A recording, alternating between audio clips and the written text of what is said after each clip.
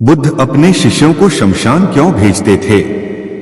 क्या आप जानते हैं, गौतम बुद्ध के बारे में एक बात प्रसिद्ध थी कि वो कुछ लोगों को तो सीधे अपना शिष्य बना लेते थे और बौद्ध संघ में शामिल कर लेते थे, लेकिन कुछ लोगों को अपना शिष्य बनाने से पहले वो उन्हें कुछ दिनों के लिए शमशान घाट में जाकर रहने के लिए कहते थे और फिर उसके बाद ही संघ में शामिल करते हैं। तो आखिरकार वो ऐसा क्यों करते थे, इसे आप जानेंगे इस कहानी के माध्यम से। एक दिन महात्मा बुद्ध से दूर हिमालय से एक व्यक्ति मिलने आता है और वह बुद्ध से कहता है, मैं आपके संघ में शामिल होना चाहता हूँ, कृपया करके आप मुझे दीक्षा दीजिए और अपने संघ में शामिल होने दीजिए। ये बातें सुनने के बाद गौतम बुद्ध उस व्यक्ति की आंखों में देखते हैं और कहते हैं, मैं तुम्हें संघ में शामिल नहीं कर सकता। अगर तुम्हें संघ में शामिल होना है तो उससे पहले तुम्हें एक पूरा दिन और रात श्मशान में गुजारनी पड़ेगी। यह सुनते ही वह व्यक्ति डर जाता है और कहता है, बुद्ध यह कैसी शर्त है? दिन में तो ठीक है, लेकिन मैं रात को श्मशान में नहीं रुक सकता। बुद्ध ने पूछा, रात में क्यों नहीं रुक सकते? व्यक्ति ने कहा, क्योंकि रात होते ही श्मशान में भूत प्रेत और आत्माएं घूमने लगती है। बुद्ध ने पूछा, क्या तुमने कभी किसी भूत प्रेत या आत्मा को अपनी आंखों से देखा है? व्यक्ति ने कहा, नहीं बुद्ध, मैंने अपनी आंखों से तो नहीं देखा, लेकिन मैंने लोगों के मुंह से भूत प्रेत और आत्माओं के होने की कहानियां जरूर सुनी हैं और मैंने कुछ लोगों को भूत प्रेत लगते भी देखा है। ऐसे लोग बहुत अजीब अजीब सी हरकतें करने लगते हैं। बुद्ध ने कहा, तो फिर यह तुम्हारे लिए एक बहुत ही सुनहरा मौका है यह जानने का कि क्या सच में भूत प्रेत और आत्माएं होती भी हैं या नहीं। व्यक्ति ने कुछ देर तक सोचा, फिर कहा, ठीक है बुद्ध, अगर आपकी यही शर्त है तो एक पूरे दिन और एक पूरी रात के लिए मैं शमशान में रुक जाऊंगा। इसके बाद वह व्यक्ति बुद्ध से आज्ञा लेकर अपने घर वापस चला जाता है। सुबह होते ही व्यक्ति फिर बुद्ध के पास आता है और शमशान जाने की आज्ञा मांगता है। बुद्ध ने कहा, ठीक है तुम शमशान जा सकते हो, लेकिन एक बात का ध्यान रखना, पूरे दिन और रात में तुम जो कुछ भी वहां देखोगे या जो भी घटना तुम्हारे साथ वहां घटेगी वो सब कुछ तुम मुझे आकर बताओगे। उसने कहा, ठीक है मैं आपको बता दूंगा। इसके बाद वह व्यक्ति शमशान के लिए निकल पड़ता है। उसके जाते ही बुद्ध अपने दो शिष्यों से कहते हैं, तुम दोनों उसके पीछे जाओ और उसका ध्यान रखना, लेकिन ध्यान रहे उसे यह बात पता नहीं लगनी चाहिए कि तुम दोनों उसके आसपास ही हो। वे दोनों शिष्य भी चुपचाप उस व्यक्ति के पीछे पीछे शमशान की तरफ चले जाते हैं। एक पूरा दिन और रात शमशान में गुजारने के बाद अगली सुबह वह व्यक्ति गौतम बुद्ध के पास वापस आता है। बुद्ध ने पूछा, बताओ तुमने क्या देखा वहां? व्यक्ति ने कहा, बुद्ध, मेरे शमशान में पहुंचने के कुछ देर बाद मैंने देखा कि वहां एक अर्थी आई। उसके पीछे एक बड़ी भीड़ थी। वह अर्थी एक बूढ़े व्यक्ति की थी। उस बूढ़े व्यक्ति के चारों बेटों ने अर्थी को कंधा दे रखा था। चारों बहुत दुखी दिखाई पड़ रहे थे। वहीं अर्थी के पीछे चलने वाले कुछ लोग बातें कर रहे थे कि अच्छा इंसान था बेचारा, लेकिन अब नहीं रहा। वहीं कुछ लोग यह भी कह रहे थे कि अच्छा हुआ इसके साथ बेचारा बूढ़ा बिना किसी ज्यादा दर्द और पीड़ा के इस दुनिया से चला गया। इसी तरह और भी लोग उसके बारे में तरह तरह की बातें कर रहे थे। फिर उस बूढ़े को चिता लिटाया गया और उसके बड़े बेटे ने उस चिता को अग्नि दी। फिर सभी लोग वहीं पास के ही तालाब से नहाकर वहां से चले गए। उसके बाद मैं काफी देर तक वहीं बैठा हुआ उस जलती हुई चिता को देखता रहा।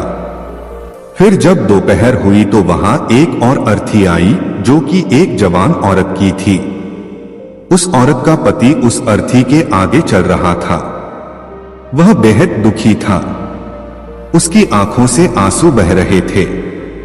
अर्थी के पीछे चलने वाले कुछ लोग कह रहे थे कि बहुत गलत हुआ इस लड़के के साथ। इतनी सी उम्र में ही इसकी पत्नी ने इसका साथ छोड़ दिया। अभी तो बेचारे की पूरी जिंदगी पड़ी है। 2 छोटे बच्चे हैं, वह अकेले कैसे उनकी परवरिश करेगा। भगवान ने बहुत गलत किया। इसके अलावा वहां कुछ महाज्ञानी व्यक्ति भी थे जो उस मृत्यु स्त्री के पति को समझा रहे थे कि रो मत, क्योंकि आज नहीं तो कल उसे यहाँ आना ही था। किसी को पहले ही तो किसी को बाद में, लेकिन एक दिन सबको यहाँ आना है। कोई मृत्यु से बच नहीं सकता, सब कुछ यहीं रह जाता है। इसलिए हमें क्रोध, चिंता, लालच और बुरे कामों से बचना चाहिए। और इसी तरह की और भी ज्ञान की बातें वो सभी ज्ञानी व्यक्ति आपस में कर रहे थे। फिर उस स्त्री के पति ने उसकी चिता को अग्नि दी और जोर जोर से रोने लगा। उसे रोता देख कुछ लोग उसे सांत्वना देने आ गए। फिर उन सभी लोगों ने भी पास के ही तालाब से स्नान किया और वहां से चले गए। मैं इस बार भी बैठा हुआ उस स्त्री की चिता को जलते देखता रहा। जब शाम होने को थी तो वहां 2 अर्थियां और आई। एक अर्थी महंगे फूल मालाओं से सुसज्जित थी। उसके पीछे जो लोग थे वो बड़े खानदान से लग रहे थे और उसके पीछे लंबी भीड़ भी थी। देखने से ही लग रहा था कि यह किसी अमीर व्यक्ति की अर्थी है। दूसरी अर्थी बहुत ही साधारण सी थी और उसके पीछे बहुत ही कम लोग थे। वह जरूर ही किसी बहुत गरीब व्यक्ति की अर्थी रही होगी। अमीर व्यक्ति की चिता को चंदन की लकड़ी से तैयार किया गया था, जबकि गरीब व्यक्ति की चिता को साधारण लकड़ी से। अमीर व्यक्ति की चिता को पहले अग्नि दी गई, फिर गरीब व्यक्ति की चिता को। बुद्ध ने पूछा, क्या तुम्हें उनकी चिताओं में कोई अंतर दिखा? व्यक्ति ने कहा, नहीं, मुझे तो कोई अंतर नहीं दिखा। दोनों के शरीर एक समान ही जले और अंत में राख हो गए। बुद्ध ने पूछा, फिर क्या हुआ? व्यक्ति ने कहा, उसके बाद रात हो गई और वहां कोई नहीं आया। बुद्ध ने फिर पूछा, क्या तुम्हें वहां रात में भूत प्रेत और आत्माएं दिखी? व्यक्ति ने कहा, नहीं, मुझे वहां कुछ भी नहीं दिखा, लेकिन मैं वहां पूरी रात खुद से ही डरता रहा। कभी हवा की सरसराहट से तो कभी जानवरों की आवाज से, और फिर सुबह हो गई और मैं आपके पास आ गया। बुद्ध ने कहा, बहुत बढ़िया किया, लेकिन मैं तुम्हें संघ में शामिल नहीं कर सकता। व्यक्ति ने कहा, लेकिन क्यों? बुद्ध ने कहा, क्योंकि तुम अभी उसके लिए तैयार नहीं हो। संघ में शामिल होने के लिए तुम्हें एक बार और एक पूरा दिन और रात शमशान में गुजारनी पड़ेगी। व्यक्ति ने बुद्ध को मनाने की बहुत कोशिश की, लेकिन बुद्ध नहीं माने तो उसने दोबारा शमशान में जाना स्वीकार कर लिया। अगली सुबह बुद्ध से आज्ञा लेकर वह फिर शमशान की ओर निकल पड़ा। बुद्ध ने इस बार फिर उस व्यक्ति की सुरक्षा के लिए उसके पीछे अपने 2 शिष्य भेज दिए। 2 एक पूरा दिन और एक पूरी रात शमशान में गुजारने के बाद वो फिर बुद्ध के पास आया। बुद्ध ने फिर वही प्रश्न किया, बताओ क्या देखा तुमने वहां? व्यक्ति ने कहा, बुद्ध, कल मेरे सामने 8 लोगों की चिताओं को अग्नि दी गई और उन सबके साथ भी वही घटनाएं हुई जो मैंने पिछली बार आपको बताई थी कि बहुत से लोग रो रहे थे, कुछ उन्हें सांत्वना दे रहे थे और कुछ ज्ञानी व्यक्ति तरह तरह की बातें कर रहे थे। लेकिन एक अलग चीज जो मैंने इस बार देखी वो ये थी कि कुछ मृत व्यक्तियों के शरीर के कुछ हिस्से जो ठीक से नहीं जल पाए थे, उन अधजले हिस्सों को चील, कौवे और जानवर नोच नोच कर खा रहे थे। कुत्ते कुछ हड्डियों को अपने साथ उठा ले गए। यह सब देखकर मुझे एक चीज का एहसास हुआ कि जिस शरीर को हम इतना महत्व देते हैं उसका अंत भी एक दिन इसी प्रकार होना है। व्यक्ति ने कहा, बुद्ध, अब तो मैं बौद्ध संघ में शामिल हो सकता हूं। बुद्ध ने कहा, नहीं, मैं अब भी तुम्हें संघ में शामिल नहीं कर सकता। व्यक्ति ने कहा, लेकिन बुद्ध मैं तो आपके कही गई बात के अनुसार 2 बार शमशान में रहकर आ चुका हूं। अब तो आपको मुझे संघ में शामिल करना ही पड़ेगा। बुद्ध ने कहा, जिस महत्वपूर्ण चीज को देखने के लिए मैंने तुम्हें शमशान भेजा था, तुम अब तक उसे नहीं देख पाए हो, इसलिए मैं तुम्हें संघ में शामिल नहीं कर सकता। तुम जब तक शमशान में वो नहीं देख लेते जिसके लिए मैंने तुम्हें वहां भेजा था, तब तक तुम संघ में शामिल नहीं हो सकते। यह सुनते हुए व्यक्ति फिर से आज्ञा लेकर अगली सुबह शमशान की तरफ निकल पड़ता है। वह एक पूरा दिन और रात शमशान में गुजारता है, लेकिन इस बार उसके अंदर अलग ही चमक आ चुकी थी। उसने वह घटना देख ली थी जो बुद्ध उसे दिखाना चाहते थे।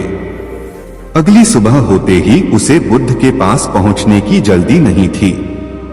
वो अंदर से एकदम शांत और स्थिर हो गया था। उसके चेहरे पर गंभीरता आ गई थी। वह धीरे धीरे चलता हुआ गौतम बुद्ध के पास पहुंचा और उन्हें प्रणाम कर बिना कुछ बोले शांति से बैठ गया। बुद्ध ने फिर वही प्रश्न किया, क्या देखा तुमने वहां? व्यक्ति ने कहा, मैंने देखा कि 4 लोग मुझे अर्थी में लिटाकर शमशान की तरफ ला रहे हैं। लोग मेरी अर्थी के ऊपर फूल मालाएं फेंक रहे हैं। एक बहुत बड़ी भीड़ मेरी अर्थी की पीछे पीछे चल रही है। मेरे पिता, जो कि मेरी मौत से बहुत दुखी हैं, वो रोते हुए मेरी अर्थी के साथ चल रहे हैं। मेरा छोटा भाई भी मेरी मौत से बहुत दुखी है और रो रहा है। कुछ लोग मेरे भाई और पिता को समझा रहे हैं और उन्हें सांत्वना दे रहे हैं। भीड़ में चल रहे हैं। कुछ लोग मेरी मौत से दुखी हैं और कुछ दुखी होने का दिखावा कर रहे हैं। भीड़ में से कुछ लोग बातें कर रहे हैं कि अच्छा इंसान था, अभी उम्र ही क्या थी बच्चे की, लेकिन भगवान ने इसे इतनी जल्दी बुला लिया और भी लोग मेरे बारे में तरह तरह की बातें कर रहे हैं। फिर मेरी अर्थी को शमशान की जमीन में रख दिया गया। मैं सांस लेना चाहता था, लेकिन मेरे अंदर सांस नहीं थी।